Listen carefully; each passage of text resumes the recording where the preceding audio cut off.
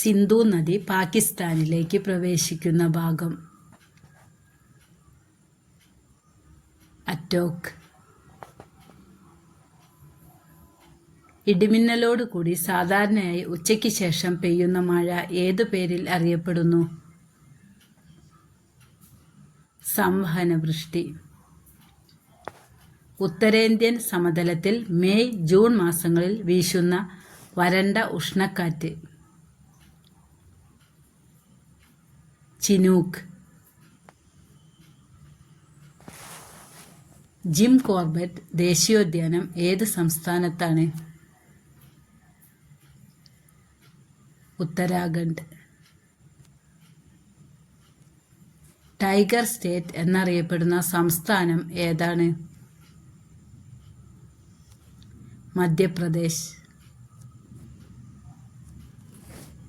ഉത്തരാർദ്ധഗോളത്തിൽ Asian ഭൂഖണ്ഡത്തിന്റെ ഏതു ഭാഗത്തായാണ് ഇന്ത്യയുടെ സ്ഥാനം? വടക്ക്. ഇന്ത്യൻ ഉപഭൂഖണ്ഡത്തിന്റെ വടക്കേ അറ്റവും തെക്കേ അറ്റവും തമ്മിൽ ഏകദേശം എത്ര ഡിഗ്രിയുടെ വ്യത്യാസമാണുള്ളത്? 30. ഡെക്കാൻ പീഠഭൂമിയുടെ ആകൃതി ഏതാണ്? ത്രികോണാകൃതി. ഇന്ത്യയിലെ ഏറ്റവും പഴക്കമേറിയ ഭൂവിഭാഗം? ഉപദ്വീപീയ പീഠഭൂമി. അറബിക്കടൽ നദീവ്യൂഹത്തിൽ ഉൾപ്പെടാത്ത നദി? പെരിയാർ. ഇന്ത്യക്ക് പുറത്ത് സ്ഥാപിതമായ ആദ്യ യോഗ സർവകലാശാല സ്ഥിതി ചെയ്യുന്നത്? Loss Angeles. ജമ്മുവിലെ ചരിത്രപ്രസിദ്ധമായ സിറ്റി ചൗക്കിന്റെ പുതിയ പേര്? ഭാരത് മാതാ ചൗക്ക്.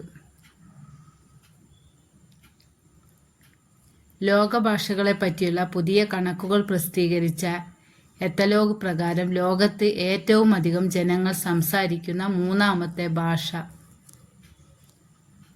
ബംഗാളി. ഭരണഘടനയുടെ ആമുഖം തയ്യാറാക്കിയത്? ബി.ആർ. അംബേദ്കർ. ദേശീയ മനുഷ്യാവകാശ കമ്മീഷണറെയും മെമ്പർമാരെയും സ്ഥാനത്ത് നിന്ന് നീക്കം ചെയ്യാൻ അധികാരമുള്ളത് ആർക്ക്? രാഷ്ട്രപതിക്ക്. ഇന്ത്യയുമായി വാണിജ്യബന്ധം സ്ഥാപിച്ച ആദ്യ യൂറോപ്യൻ ശക്തി? പോർച്ചുഗീസുകാർ. പഴശ്ശി കലാപ സമയത്ത് തകർക്കപ്പെട്ട ഏഷ്യയിലെ തന്നെ ആദ്യത്തേതും ഏറ്റവും വലുതുമായ കറുവത്തോട്ടം എവിടെയാണ്?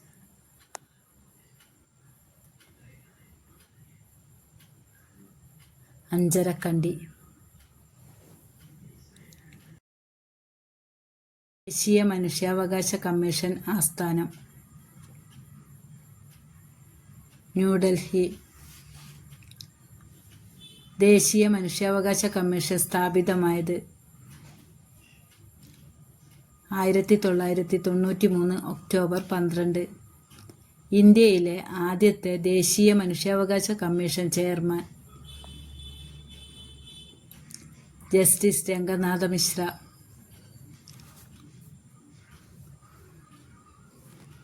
ദേശീയ വനിതാ കമ്മീഷൻ അംഗങ്ങളെ പദവിയിൽ നിന്ന് നീക്കം ചെയ്യാൻ അധികാരമുള്ളത് ആർക്കാണ്? കേന്ദ്ര സർക്കാരിന്. ഇന്ത്യയുടെ മാഗ്ന കാർട്ട എന്ന് വിശേഷിപ്പിക്കുന്നത് എന്തിനെയാണ്?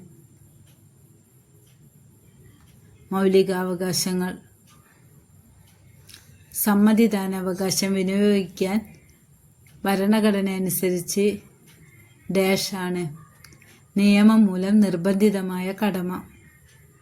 ഇന്ത്യൻ ഭരണഘടനയുടെ ആണിക്കല്ല് എന്നറിയപ്പെടുന്നത്? ഭരണഘടനയുടെ ആമുഖം. പൗരന്മാരുടെ മൗലികാവകാശങ്ങളുടെ മേൽ ആവശ്യമായ നിയന്ത്രണങ്ങൾ ഏർപ്പെടുത്താനുള്ള അധികാരം ആർക്കാണ്?